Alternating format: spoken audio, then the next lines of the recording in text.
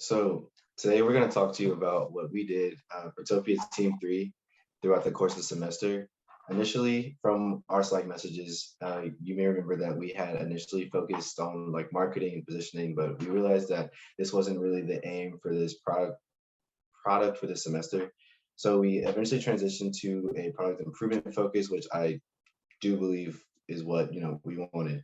So through our experimentation, we sent out a survey, and through the results, we realized that a lot of the reason people aren't really using this product is because they don't know what kind of questions to ask. And another thing we gained from the survey was that people would really benefit from having all their messages in one place, and this was kind of the backbone of what made our improvements, or what we think will be improvements to this product for throughout the semester. And now Jen's going to talk to you a little bit about why we thought the email verification thing or the message history was a good idea. Max had mentioned that he didn't want to add another account to people's list and that he wanted asking a question to be a seamless experience. But we think that there are benefits to having some type of account, and that people might be less likely to use the product if they have to refill all the information every time they have to ask a question. So by having an account somehow, we can have these fields refilled, and so that they wouldn't have to waste time filling it again. Also, having an account can help them have a history of their messages to be able to see like, oh, I had asked this question previously. This was the answer I had gotten, and whatnot. And Peter will now show you guys how the email verification works. So this is a page for the email verification. So what the user need to do is just putting their email and then click the verify. And it's gonna send the six number of code to their email. So when they type it, it goes to the dashboard. So if you are the start, if the user haven't submitted any requests or questions, so they cannot check the my question history, but instead they can start a new question. So this is basically same thing, but so the only difference between the experienced user and the starter user is that the starter user can see the blank pages, so they need to fill it out. But once they fill it out, and if they click the save the data for future usage, then the database in the Protopia remember the email and then link the first name, last name to the graduation. So when the user verify their email again, so this form will be auto-completed. So if you click the next page, it's gonna go to the question page.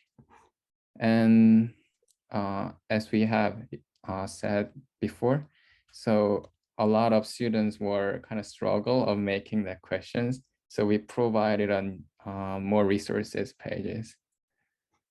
Yeah, and I can speak a little bit more on that. So along with the short video you guys have already implemented in this process, whenever the user has the option to click for more resources, we realized that through the surveys, it was a really big barrier to why students aren't formulating these messages, and a reason why they can't really find the confidence to send a message to people in their desired industry. And this is kind of more guidance. So looking into what exactly they're getting out of the connection, and looking into just like future ideas that could get them out there, could get them some type of exposure. So this is more resources on top of the short video.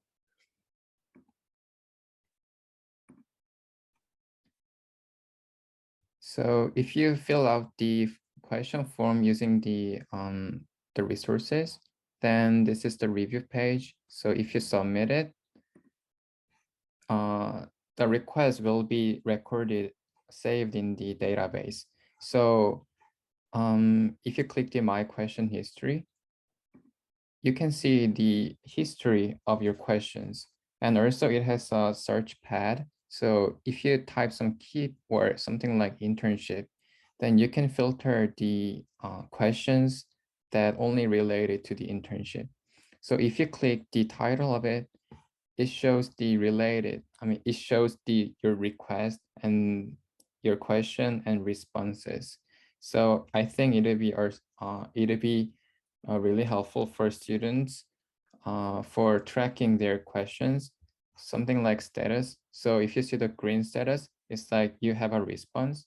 And if it is a yellow one, then it's still in progress. Or if it is red button, then it means there was no response and it's kind of over. And adding on to what Peter is saying, we just wanted to mimic kind of like the LinkedIn messaging that a lot of students are already very familiar with using. So having something where they can look back on and organize all their messages.